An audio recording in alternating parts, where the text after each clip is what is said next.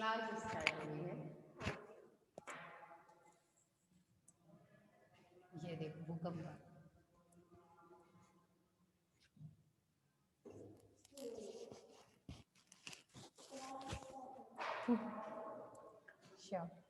तो इसमें क्या है, आगे हम लोग पढ़ रहे थे ना, जिंक फिंगर अनुकल्प जो है वो कहाँ कहाँ काम आएगा। एक तो आएगा 5S राइबोसोमल आरएनए जब बनता है तब, ठीक। और इसके अलावा जो स्टेरॉइड हार्मोन्स वगैरह बॉडी में रिलीज होते हैं तो उनके एक्टिविटी के लिए, या फिर थायराइड ग्लैंड से एक हार्मोन रिलीज होता है थायरोक्सिन, वहां पे यूज होगा, ठीक है। वहां पर डीएनए को थायरोक्सिन हार्मोन रिलीज करना है या नहीं करना है, स्टेरॉइड को एक्सेप्ट करना है या नहीं करना है, वो सब कुछ कौन करेगा, डीएनए कंट्रोल करेगा। तो उसको कंट्रोल कौन करेगा, ये जिंक फिंगर मोटिफ, ठीक। वो प्रोटीन का एक जो बॉक्स है, जो टुकड़ा है। उसके बाद अगला आता है हेलिक्स टर्न हेलिक्स अनुकल्प। ये ज्यादातर ड्रोसोफिला वगैरह में मिलते हैं। एक पौधा होता है एंटीराइनम का, उसके अंदर भी इसको दर्ज किया गया है। ये भी जनरली क्या करता है, ट्रांसक्रिप्शन। ट्रांसक्रिप्शन मतलब डीएनए से आरएनए बनेगा, और फिर आरएनए बनेगा या नहीं बनेगा उसको ये डिसाइड करेगा, ठीक है। अब हेलिक्स टर्न हेलिक्स अनुकल्प के बाद अगला आता है अतिरिक्त, ठीक। अतिरिक्त टाइप के जो है एचएमजी बॉक्स, और दूसरा कौन सा है, ल्यूसिन जिपर, ठीक। अच्छा, हेलिक्स टर्न हेलिक्स अनुकल्प को HTH मोटिव भी कहते हैं, ठीक है। वो तो शॉर्ट फॉर्म हो गई ना उसकी, और कौन सी बड़ी बात होगी। इसमें होम्योडोमेन प्रोटीन बोल देते हैं ना, होम्योडोमेन प्रोटीन। ये जो है वो जाकर के कैसे जुड़ेगी, देखो आपको एक डायग्राम बता देते हैं। ये डीएनए है, ठीक है। अब इस डीएनए से ये जाकर के जुड़ेगी, तो ये कैसे जुड़ेगी,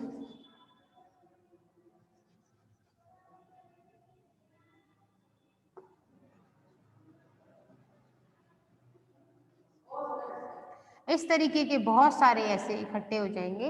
ये क्या है, डोमेन्स हैं, ठीक है। ये इस तरीके से डोमेन्स आकर के जुड़ेंगे, कहाँ से, डीएनए की खांच, कौन सी, बड़ी वाली, इसमें।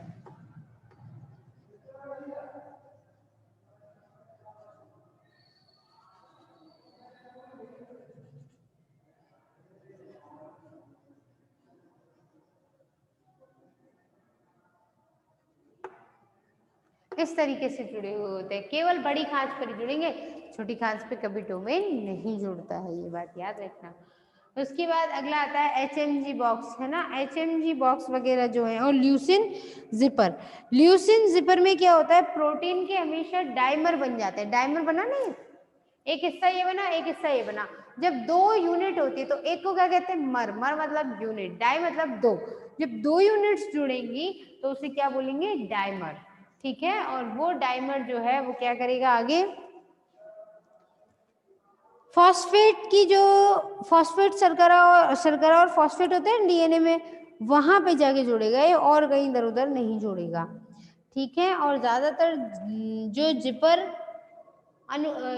जिपर अनुकल्प है ना, मोटिफ, इंग्लिश ज्यादा बेटर रहेगी इस मामले में, है ना। तो ये क्या है, जीन की फॉर्मेशन को कंट्रोल करने का काम करेगा, ठीक है।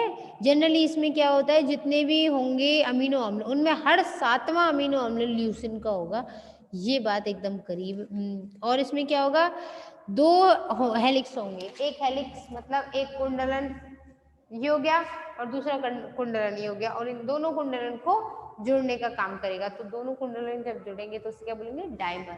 और ये डाइमर ज्यादातर प्रोटीन कंट्रोल करने का काम करेगा, ठीक है। प्रोटीन फॉर्मेशन होना है या नहीं होना।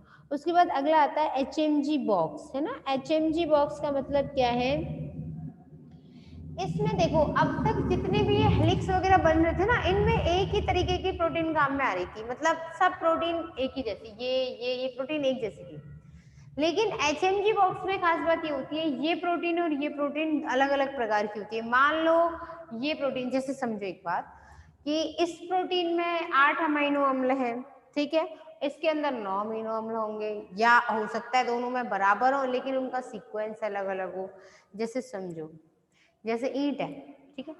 ईंटें आपने एक सीक्वेंस में लगा दी, तो जैसे जैसे ईंटें लगाओगे वैसे वैसे ही तो बिल्डिंग बनेगी। गोल बनानी है, चौकोर बनानी है, या पंचभुज का कोई कमरा बनाना है, वो डिपेंड किस पर करता है, ईंटों के व्यवस्था पर, ईंट अरेंजमेंट कैसे होंगी। ठीक ऐसे ही अमीनो अम्लों की अरेंजमेंट होती है।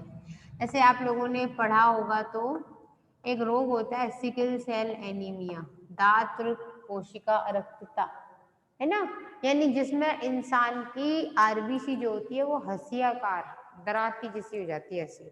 ठीक, जब जो आरबीसी गोल होनी थी वो लंबी हो गई, वो ऑक्सीजन से बंध नहीं पाएगी, तो इंसान की जब कोशिकाओं में ऑक्सीजन नहीं जाएगी तो वो सर्वाइव नहीं कर पाएगा। ठीक, तो ऐसे लोग ज्यादातर 5 या 11 साल की उम्र में, लोग क्या बच्चे ही रह जाते हैं बेचारे, हाँ। तो दात्र कोशिका अरक्तता होती क्यों है? हमारा जो हीमोग्लोबिन है ना, हीमोग्लोबिन क्या है? हीम मतलब आयरन, ग्लोबिन मतलब प्रोटीन। उस हीमोग्लोबिन प्रोटीन की स्ट्रक्चर अगर हम देखें तो 1 2 3 4 5 6 7, क्या होता है? 7 अमीनो अम्लों का क्रम होता है। ठीक है, अब ये 7 अमीनो अम्लों के क्रम में से अगर 6वें नंबर का यहाँ पर, जैसे यहाँ हो गया वैलिन या ग्लूटामिक एसिड या लाइसिन या आइसोल्यूसिन, ल्यूसिन, इस तरीके से 6वें नंबर पर अगर ग्लूटामिक अम्ल है तब तो ये हीमोग्लोबिन बनेगा। अगर 6वें नंबर पर अमीनो अम्ल ग्लूटामिक अम्ल की जगह वैलिन आ जाए, ये सीक्वेंस दूसरा आ गया यहाँ पे, जो ईंट अब तक ऐसे लग रही थी उनमें एक ईंट ऐसे लगा दिया आपने, अभी संरचना खराब हो गई कि नहीं हो गई? ठीक ऐसे ही यहाँ हो गया, 6 में से 6वें नंबर का जो अमीनो अम्ल है उसमें ग्लूटामिक अम्ल आना था, उसकी जगह पर अगर वैलिन आ जाता है तो जो आरबीसी की स्ट्रक्चर, जो रेड ब्लड सेल्स की, है ना,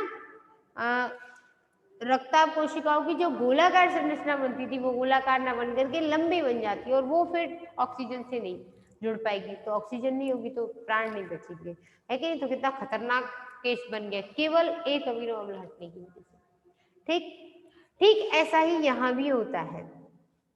ठीक है, सेकेंड ईयर के स्टूडेंट तो आप लोग तो फर्स्ट ईयर में पढ़ा होगा आपने उत्परिवर्तन, पढ़ा होगा ना, उत्परिवर्तन जिसमें ह्यूगोडीब्रीज, उसमें सिकल सेल एनीमिया वगैरह आता है। ठीक है, डीएनए खराब, डीएनए में गड़बड़ हो जाती है तो आरएनए भी गड़बड़ बनेगा, आरएनए गड़बड़ बनेगा तो प्रोटीन का अरेंजमेंट गड़बड़ होगा, अरेंजमेंट गड़बड़ होगा तो रोग होगा। ठीक है, तो इस तरीके से यहाँ पर अब मान लो ये एक में तो ये आइसोल्यूसिन, ल्यूसिन, वैलिन, इस तरीके का सीक्वेंस मान लो इसमें हो सकता है, इसमें वैलिन पहले नंबर पर हो, आइसोल्यूसिन ल्यूसिन तीसरे चौथे नंबर पर हो। तो इस तरीके से अमीनो अम्लों का अरेंजमेंट, उनका सीक्वेंस, उनका अनुक्रम कि जो है शायद वैलिन के बाद ल्यूसिन आना है, ल्यूसिन के बाद आइसोल्यूसिन आना है, वो अनुक्रम इन दोनों में अलग अलग होगा अगर, तो उसे क्या बोल देंगे? ये प्रोटीन अलग अलग है, एक तरीका। दूसरा एक होता है, मान लो इसमें एल्किल ग्रुप एथिल है, अगले वाले में मैथिल हो, ये भी हो सकता है। ठीक, तो इस स्थिति में क्या होता है? प्रोटीन अलग अलग चेन वाली बनती है, और इस तरीके के मोटिव जब काम करते हैं, प्रोटीन को कंट्रोल करते हैं, तो उसे क्या करते हैं? HMG बॉक्स, जो डीएनए की मरम्मत के टाइम पे काम में आते हैं, या फिर मिथाइलेशन जब मैथिल समूह आकर के जुड़ेगा तब, या फिर डीएनए के रेप्लिकेशन में काम में के टाइम पर भी अलग अलग हो जाते हैं। क्लियर हो गई बात? अब आगे की कहानी जो है वो क्या है कि डीएनए और प्रोटीन की पारस्परिक क्रिया को पहचानेंगे कैसे? ठीक है, पहचानना भी तो जरूरी है हमारे लिए। कैसे पहचानेंगे हम लोग इसको कि कहीं पर पारस्परिक क्रिया हो रही है या नहीं हो रही है कोशिका के अंदर? उसकी विधियां होती है, जैसे कोशिका के अंदर कोशिका विभाजन की अवस्थाएं होती हैं, उन व्यवस्थाओं को कैसे नापते हैं हम लोग? कैसे देखते हैं? प्रैक्टिकल करते हैं, प्रैक्टिकल के बाद उसे माइक्रोस्कोप के नीचे स्लाइड बना करके लगाते हैं, प्याज की झिल्ली पर प्रयोग किया जाता है ना, या कई बार प्याज की झिल्ली की कोशिकाएं ना लेकर के रूट टिप, यानी प्याज में जो जड़ है, जड़ के ऊपर जो मूल रोम होता है ना, उस मूल रोम को लेकर के कोशिकाओं में कोशिका विभाजन का अध्ययन किया जाता है ना, समसूत्र विभाजन वगैरह का। तो ऐसे ही यहाँ भी होगा। ठीक है, कि कैसे हम पता लगाएंगे कि अभी कौन सी अवस्था चल रही है या किस तरीके का मोटिव है। ठीक है, तो उसकी विधियां है। पहली कौन सी है? इलेक्ट्रोफोरेटिक मोबाइलिटी शिफ्ट ऐसे, ऐसे मतलब यहाँ पर निबंध नहीं होता है, ठीक है। इलेक्ट्रोफोरेटिक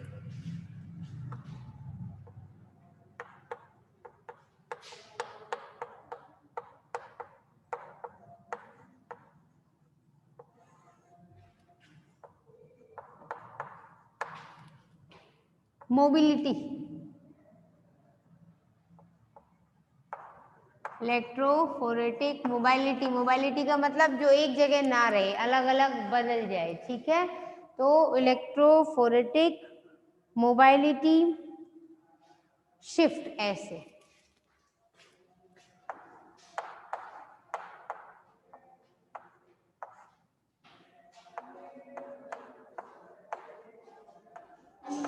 ऐसे ऐसे ही लिखा जाएगा। ऐसे मतलब वो किसी जैसे एलिजा टेस्ट होता है एड्स के लिए, एड्स है या नहीं है किसी को कैसे पता लगाते हैं, एलिजा टेस्ट होता है, ELISA ये नाम है उसका।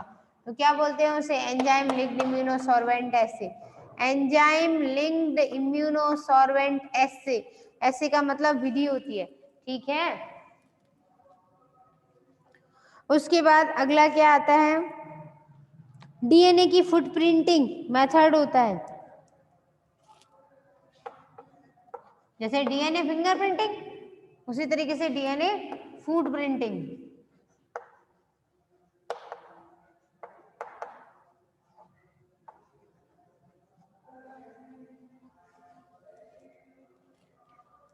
इसकी स्पेलिंग यही होगी, ठीक है। उसके बाद क्रोमेटिन इम्यूनो प्रेसिपिटेशन,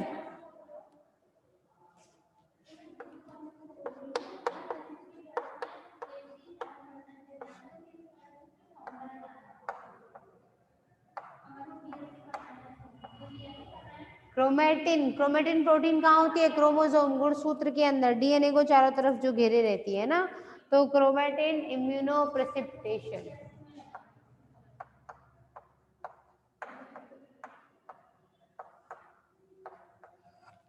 ठीक है। अब उसके बाद अगला जो है प्रेसिपिटेशन, मतलब जब कोई चीज कोई विलेय किसी विलायक में घुले नहीं, ठीक है, तो उसे बोलते हैं प्रेसिपिटेशन। अगला आता है yeast one hybrid system,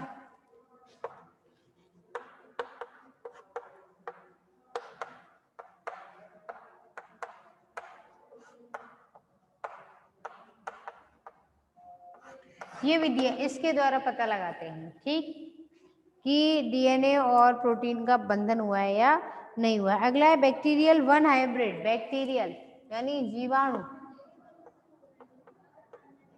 one hybrid system, ठीक, इस तरीके के सिस्टम्स होते हैं, इनसे पता लगाते हैं। दूसरा होता है x-ray crystallography structural determination by, ये जरूर याद रख लेना, कुछ और याद रखो या ना रखो, डीएनए और प्रोटीन की कैसे पता लगाते हैं, एक्स रे, ये सबसे इम्पोर्टेंट है कि डीएनए और प्रोटीन की आपसी जो बंधन होती है उसको किससे पहचाना जाएगा, एक्स रे क्रिस्टलोग्राफी विधि द्वारा। ये लास्ट पॉइंट जरूर याद रख लेना अच्छे से, एकदम दिमाग में भर जाना चाहिए, फिक्स परमानेंट, जैसे अपना नाम याद है वैसे याद हो जाना चाहिए आप लोगों को। एक्स रे क्रिस्टलोग्राफी द्वारा क्या पता करते हैं, डीएनए और प्रोटीन की पारस्परिक क्रिया हुई या नहीं। अगला, डीएनए प्रोटीन पारस्परिक क्रिया के काम क्या होते हैं। पहली बात देखो फिर इसका एक ही काम है, ये क्या है, नियमनकारी प्रोटीन है, वही तो डीएनए से जुड़ रही है, तो नियमन करेंगी यानी रेगुलेशन करेंगी। अब रेगुलेशन किसका करेंगी, वो रेगुलेशन डीएनए से आरएनए बनेगा और आरएनए से प्रोटीन बनेगी, तो आरएनए बनना चाहिए या नहीं बनना चाहिए, वो यानी प्रोटीन के निर्माण का और डीएनए से आरएनए बनने की क्रिया को क्या कहते हैं, अनुलेखन, ठीक है। तो अनुलेखन होना चाहिए या नहीं होना चाहिए, यानी अनुलेखन का क्या करेगी, ये नियमन करेगी, ठीक है। उसके अलावा डीएनए का रेप्लिकेशन होगा, रिकॉम्बिनेशन होगा या अनुलेखन होगा, या गुणसूत्र एक दूसरे से अलग होंगे या क्रोमेटिन सूत्रों का संघनन होगा। इन सभी क्रियाओं में डीएनए प्रोटीन की पारस्परिक क्रिया काम करेगी। डीएनए पर जब जब एंजाइम आएंगे तब तब वो काम करेगा। काम करेगा या नहीं करेगा, एंजाइम आ गए तो आगे की प्रोसेस होगी, नहीं आए तो नहीं होगी। ठीक है, अगला टॉपिक है अपना डीएनए की मरम्मत एवं इसकी क्षति। ठीक है, ये टॉपिक जो है वो हम डिटेल में कल पढ़ेंगे, क्योंकि अभी इतना समझ लीजिए कि डीएनए जब टूट फूट जाए कैसे कैसे कब कब डीएनए की क्षति होगी। देखो, क्षति मतलब नुकसान, ये डीएनए, ठीक, इसमें कई तरीके हैं टूट फूट के। या तो ये इस तरीके से टूटे, पूरा है, यहाँ ये अधूरा रह गया, ये खाली रह गया, या बीच में से ऐसा कोई टुकड़ा गायब हो जाए, ये टुकड़ा ये है, ये अधूरा रह गया यहाँ।